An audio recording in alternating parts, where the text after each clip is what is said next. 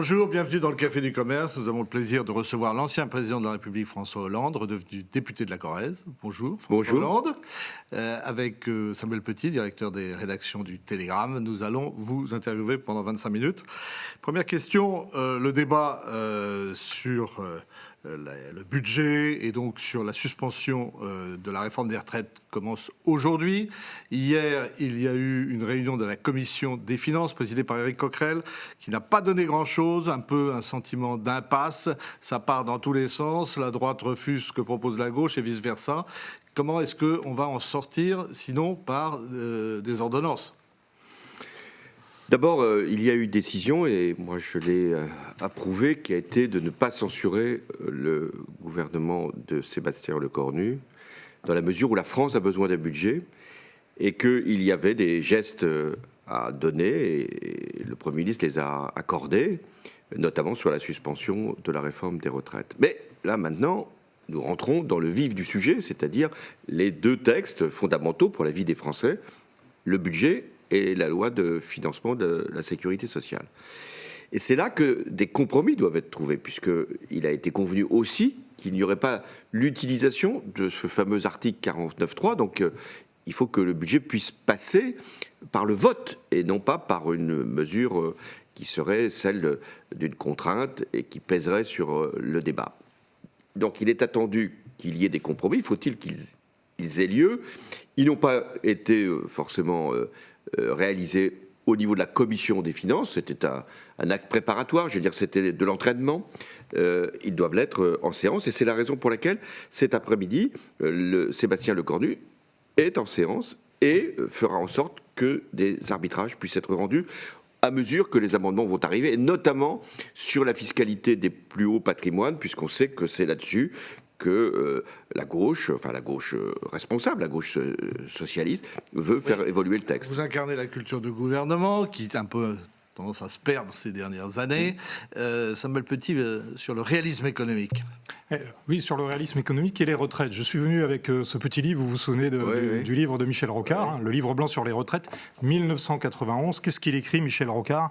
Ceux qui, pour des gains politiques à courte vue, croiraient flatter l'opinion en niant le problème du financement des retraites, programmeraient sûrement une guerre des générations. Ce réalisme économique, ce réalisme sur les dépenses sociales que vous avez incarné avec Jean-Yves Le Drian, avec Jacques Delors, dès le milieu des années 80, le PS s'est pas un peu assis dessus ces derniers mois ? Oui, mais il s'est levé là, donc c'est déjà pas mal. Parce qu'il a considéré qu'il y avait eu des réformes, nous en avions accompli, Michel Rocard, Lionel Jospin, moi-même, qui allaient dans le sens de l'allongement de la durée de cotisation. C'est ce qu'on appelle la réforme Touraine. Et que c'était cet esprit-là qui devait l'emporter, qu'on pouvait même aller plus loin. Est-ce qu'elle est toujours d'actualité, cette réforme Touraine ? Oui, elle est toujours d'actualité. Et elle peut même être maintenant complétée par la retraite à la carte, à laquelle le syndicat réformiste, la CFDT, est attaché, et aussi par une part, peut-être au moment où les partenaires sociaux voudront en convenir, et sous des formes qui ne sont pas encore déterminées, une part d'épargne d'entreprise.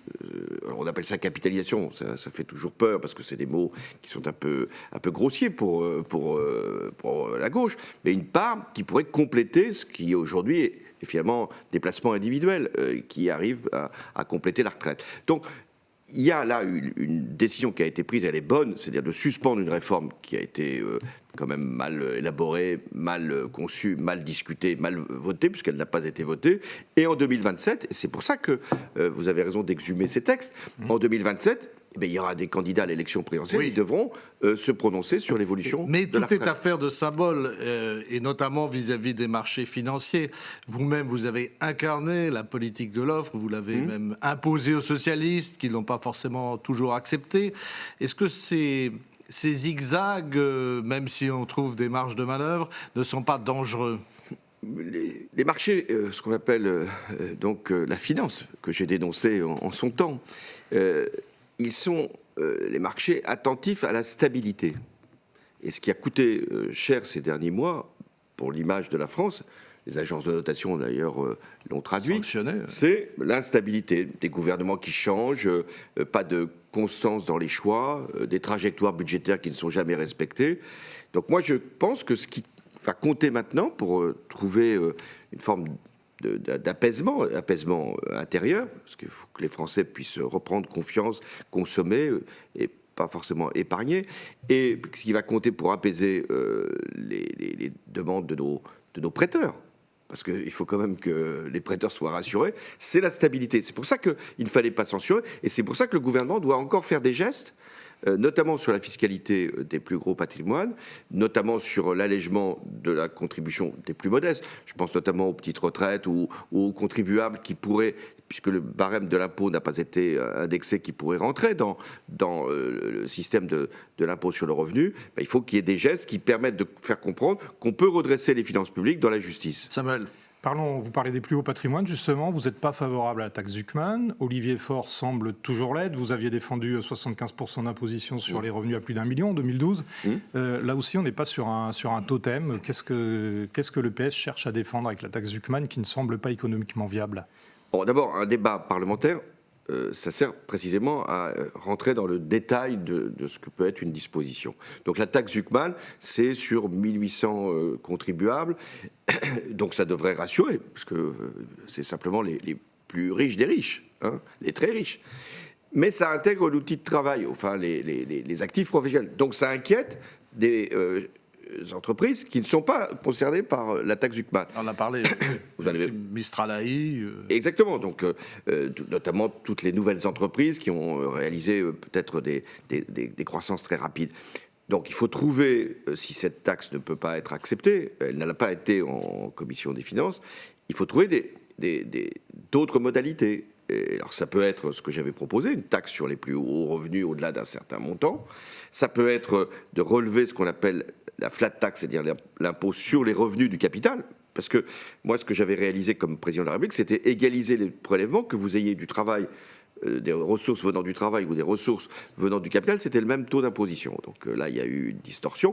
Ou réintroduire un impôt sur la fortune qui n'intègre pas les actifs professionnels, mais qui puisse avoir un caractère redistributif. Ce qui compte, c'est pas tellement la modalité, c'est le montant et la justice fiscale, sans que ça puisse remettre en cause l'efficacité économique. Thierry Breton, qui est ancien commissaire européen, vient de publier un livre qui s'appelle Nos 10 renoncements, qui rappelle qu'en 80, l'endettement était de 20% du PIB. Lui-même a été un dernier ministre des Finances de Jacques Chirac, et à l'époque, les fondamentaux étaient plutôt bons, c'est-à-dire qu'on était même à équivalent de l'Allemagne. Est-ce qu'aujourd'hui, ce sont les crises de la mondialisation, la crise financière, le Covid, etc., qui expliquent cet emballement, ou est-ce que la mécanique est devenue folle et que les politiques ne contrôlent absolument plus l'administration? Les crises, elles ont un effet de déséquilibre des finances publiques. Quand il y a eu la crise financière en 2008, c'était Nicolas Sarkozy qui était président, il y a eu un relâchement des règles budgétaires pour éviter que les banques ne fassent faillite. Ensuite, moi, j'ai connu des crises, crise de la zone euro, on a tenu bon, et il fallait absolument réduire les déficits, ce que nous avons fait à la fin de la période qui était la mienne. Arrive la crise sanitaire, ça a eu des conséquences. Mais là où vous avez raison, c'est que les crises, elles valent pour tout le monde.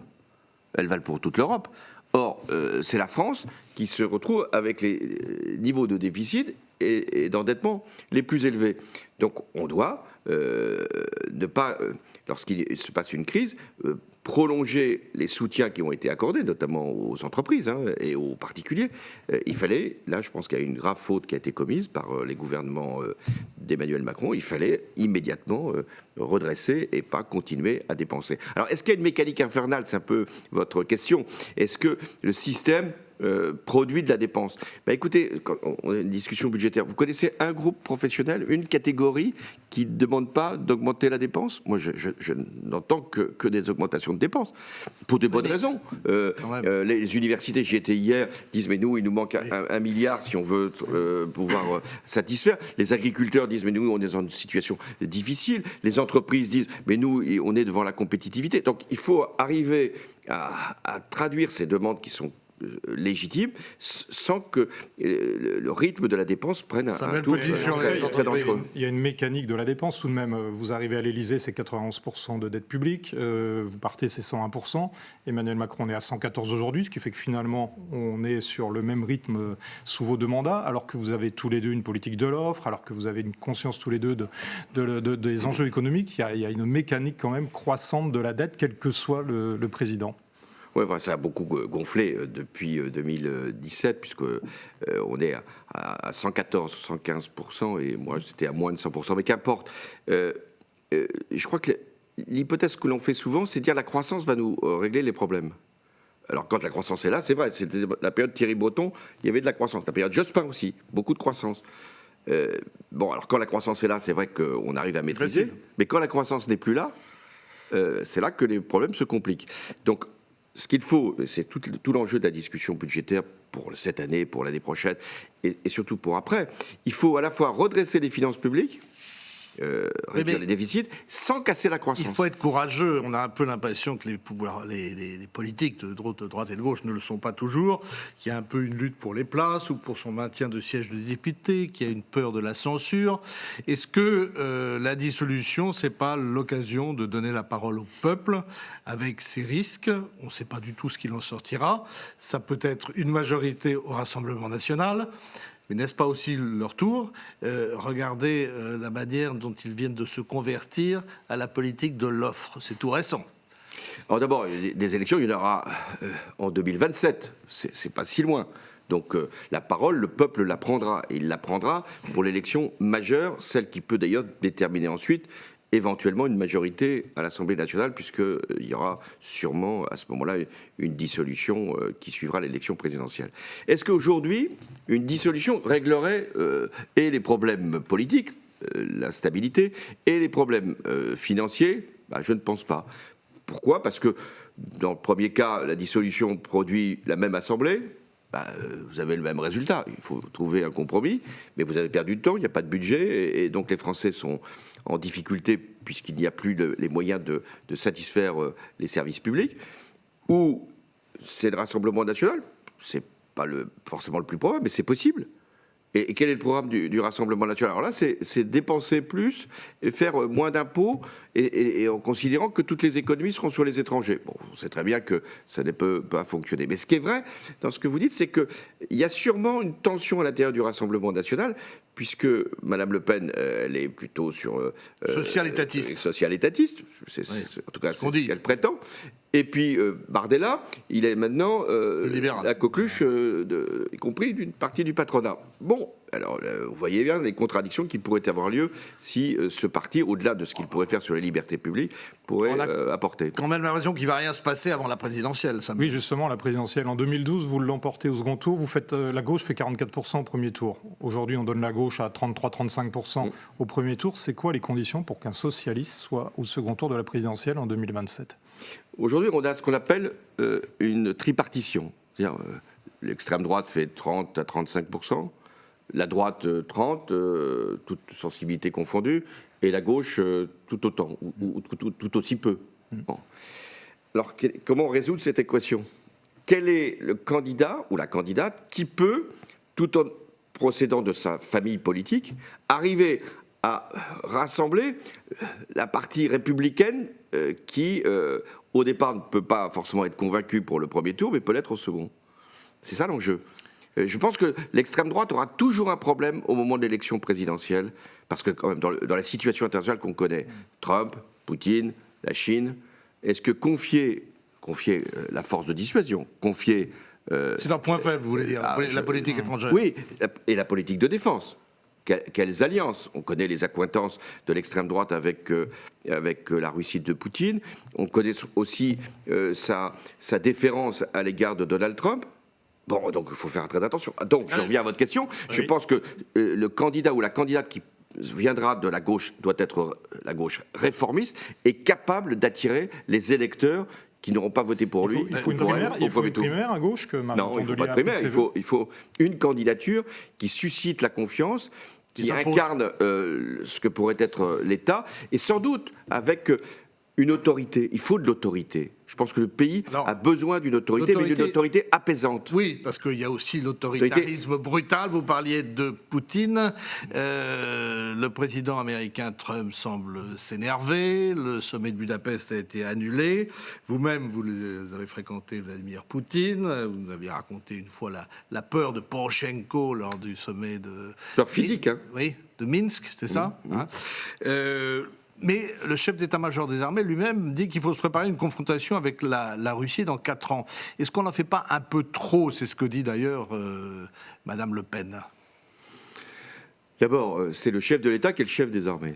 C'est à lui d'exprimer à la fois l'ampleur de la menace, il l'a fait, et la manière avec laquelle on doit y répondre. Je rappelle que dans le budget, celui qui va être discuté, et on verra s'il sera voté, il y a 6 milliards d'euros de plus qui ont été ajoutés. Donc, quand on demande, vous disiez la dépense, on en met 6 milliards sur la défense. Je ne dis pas qu'il ne faut pas en mettre, mais là, on en met quand même beaucoup. Et ce qui compte, puisque vous m'interrogez sur Vladimir Poutine, qui n'a pas forcément des moyens militaires considérables quand on les compare avec ceux, disons, de l'Union européenne. Ils ont augmenté. Hein. Il a beaucoup augmenté, mais ça reste comparable. La différence, c'est que lui, il utilise ces armes. En tout cas, il nous fait penser qu'il peut les utiliser. Il les a utilisées en Ukraine, et quand il envoie des drones et des avions sur la Pologne ou sur les pays baltes, c'est pour montrer qu'il est capable d'utiliser ces armes. Il ne semble pas avoir de limite, en fait. Oui, donc il faut lui imposer des limites. Et c'est en ce sens, il ne s'agit pas simplement d'avoir des armes, il faut montrer qu'on est capable, si on était attaqué, de les utiliser. Je pense que c'est le sens du propos du chef d'état-major, même si ça serait mieux que ce soit le chef de l'État qui les porte. Dans cette séquence ukrainienne et au Proche-Orient, on a quand même l'impression que c'est Trump qui sort gagnant de tout ça et que l'Europe, von der Leyen, semble désunie, sans moyens et en effet avec une défense certes forte, mais dont on n'entend pas la voix. Oui, parce que l'Europe, c'est pas un État. L'Europe, c'est une addition, quelquefois une division même. Il y a des pays en Europe qui sont du côté de Poutine. La Hongrie, la Slovaquie, la République tchèque et d'autres. Donc il n'y a pas une autorité. J'évoquais une autorité. Bon. Alors pour revenir sur Donald Trump, il ne cherche pas à régler les conflits et donc à établir un plan de paix. Il cherche à obtenir des cessez-le-feu. Ce n'est pas le prix Nobel de la paix qu'il faudrait lui accorder, si tant est que ce serait souhaitable, car je ne crois pas qu'il le mérite. Il a le prix Nobel des cessez-le-feu. Il cherche un cessez-le-feu. Mais un cessez-le-feu, c'est pas la paix. Et donc, on voit bien à Gaza, rien ne dit que ça ne va pas reprendre. Le Hamas n'est pas désarmé. Les Israéliens continuent à vouloir coloniser la Cisjordanie. Donc, on est devant une situation que Trump fait croire qu'il a réglé, qu'il n'a pas réglé. Et donc, sur l'Ukraine, il a pensé que Poutine allait céder à sa pression, et en réalité, Poutine, il continue d'avancer. Et donc là, maintenant, il y a une décision qui a été prise, et là, l'Europe et les États-Unis ont convergé, c'est d'élever le niveau de sanctions économiques. Alors on dit souvent, les sanctions, ça ne sert à rien, mais non, l'économie russe, elle est à plat. Ils vont être obligés... il le prend mal, d'ailleurs. Il le prend mal, oui, parce qu'il va être obligé d'augmenter les impôts dans son propre pays, donc ça va commencer à quand même tendre les situations. Vous parliez du Hamas. Est-ce que vous n'auriez pas dû rester sur votre ligne du combat antiterroriste plutôt que de basculer ensuite dans la lutte contre le chômage? C'est ce qui avait permis à George Bush d'être réélu. C'est une question que je vous ai déjà posée. Est-ce que vous n'auriez pas dû rester sur ce créneau? Quand j'étais président, le problème n'est pas réglé. Il y avait une épreuve, et on va en rappeler la douleur, parce que ça va être les 10 ans des attentats du 13 novembre. Et c'était mon seul objectif, réussir à faire bloc en France et à lutter contre une organisation terroriste qui nous faisait la guerre. C'est vrai que j'aurais pu rester sur ce terrain-là. Sauf qu'à l'époque, ça paraît loin, mais à l'époque, c'était le chômage qui était la question principale. Est-ce qu'on parle encore aujourd'hui du chômage? Ça ne veut pas dire qu'il n'y a pas de chômeurs, il y a des chômeurs. Vous avez travaillé pour Emmanuel Macron, mais j'ai travaillé pour le pays, d'une certaine façon. On a réglé cette question pour un temps. Vous avez vu qu'il a empoché le résultat. Oui, mais je ne pense pas qu'il empochera grand-chose à la fin de son mandat, donc il faut quand même être généreux. Donc je pensais que c'était nécessaire, quoi qu'il m'en ait coûté, de faire cette politique de l'offre qui a permis de réduire le chômage. Et maintenant, aujourd'hui, de quoi parle-t-on? Du pouvoir d'achat. ce qui est tout à fait légitime, des inégalités en matière de revenus et de patrimoine. C'est bien. On parle du budget nécessaire, mais on ne parle plus de cette question qui taraudait le pays, qui était le chômage. Samuel. Il y a un autre sujet, c'est la réforme de l'État. Sébastien Lecornu semble vouloir engager un nouvel acte de décentralisation. Vous-même, vous avez réduit le nombre de régions de 22 à 13, sans qu'on mesure bien d'ailleurs le bénéfice en termes de dépenses publiques. Vous pensez qu'il y a encore une marche à monter à ce niveau-là ? Oui, je pense que si... D'ailleurs, on posait la question, qu'est-ce qu'on peut faire jusqu'en 2027 ? Quelle serait la réforme qui pourrait réunir pas simplement les forces politiques, mais les Français? C'est un nouvel acte de décentralisation. C'est vrai que moi, j'ai travaillé sur les structures, les métropoles, Brest, les intercommunalités, les grandes régions, même si la Bretagne n'a pas été concernée, quelquefois il m'en est fait le reproche. Donc, ça, c'est Jean-Yves Le Drian qui a bloqué. Oui. Donc, ça, j'ai travaillé sur les structures. Elles étaient nécessaires. Il fallait les mettre en place. D'ailleurs, personne ne les remet plus en cause. Mais aujourd'hui, c'est sur les compétences. Il faut transférer de l'État des compétences avec une fiscalité propre pour chaque niveau d'administration locale. Et je crois que c'est ça qui va permettre à l'État d'être plus efficace. Il va faire moins, mais il va faire mieux. Et aux collectivités et donc aux citoyens d'en avoir finalement le bénéfice, c'est-à-dire décider au plus près. Vous étiez hier à Quimper, vous n'avez pas fait l'équivalent du discours du général de Gaulle, vous avez remis une décoration, vous nous direz à qui. Et ce matin, vous êtes à Brest, vous êtes accompagné du maire François Cuyandre. Est-ce qu'il doit se représenter, selon vous? Écoutez, ça, il faudra l'inviter. Je pense que vous le trouverez assez facilement. Ce que je pense, je ne sais pas ce qu'elle sera sa décision. Ce que je crois, si je devais faire un pronostic sur, non pas les élections à Brest, sur les élections municipales, je pense que dans ce climat d'incertitude, les citoyens vont plutôt aller vers la stabilité. Alors ça peut bénéficier aux sortants, c'est possible, mais c'est vrai qu'ils ne voudront pas que ce chahut qu'on voit au niveau national se répercute au niveau local. Et cette dame, remarquable, à qui vous avez remis une décoration, une histoire particulière, vous pouvez nous en dire un mot? Oui, c'est une femme qui est née à Ispahan, en Iran, et qui, à 16 ans, quand la révolution islamique s'est produite, a quitté son pays. La chance, peut-être, de sa vie, c'est que son père l'avait mis dans une école française. Et elle est venue, elle a fui son pays. Vous rappelez son nom? Et donc, c'est Dactan, qui est maintenant vice-présidente de la région Bretagne, et qui est aussi vice-présidente de l'intercommunalité de Quimper, qui est conseillère municipale. Et c'est ça des destins. Une jeune femme qui part et qui va devenir une citoyenne française remarquable au point d'être distinguée. Originaire d'un pays qui a beaucoup de mal à évoluer. Oui. Je voudrais aussi vous poser peut-être, Samuel, une dernière question sur votre prédécesseur. Sur Nicolas Sarkozy, qui a rejoint la santé donc avant-hier. Quel sentiment vous éprouvez en voyant l'un des vôtres, si je puis dire, vous êtes deux anciens présidents de la République, incarcérés? Je pense à la personne. Toute personne incarcérée, fortiori une personne qui a servi la France, c'est une douleur. Douleur pour elle-même, douleur pour ses proches, douleur pour ses amis. Je pense aussi à l'image de la France. C'est-à-dire, nous sommes le seul pays aujourd'hui où il y a un ancien chef de l'État qui est incarcéré. Un symbole terrible. Donc, même quoi qu'on pense de Nicolas Sarkozy, ou quoi qu'on ait pensé, certains peuvent faire des commentaires sur la décision de la justice. Est-ce qu'il y a un gouvernement des juges? Non, il n'y a pas de gouvernement des juges. Il y a une justice qui, on le voit bien, et n'est pas laxiste, comme on le croit souvent. Elle est dure. Elle emprisonne. Il y a 82 000 personnes qui sont en prison. Elle est dure, et on parle d'exécution provisoire. Il y a beaucoup de personnes qui sont en détention provisoire. Donc voilà, je trouve que... C'est pas vous qui l'avez faite, l'exécution provisoire? Non. Je trouve que... C'est plutôt la droite. Oui. Donc je trouve qu'on est devant une situation dont on ne peut pas... Il faut revenir dessus? Non, je pense qu'il ne faut surtout pas faire des législations d'exception au prétexte qu'il y a une situation... Emmanuel Macron devait le recevoir avant son incarcération?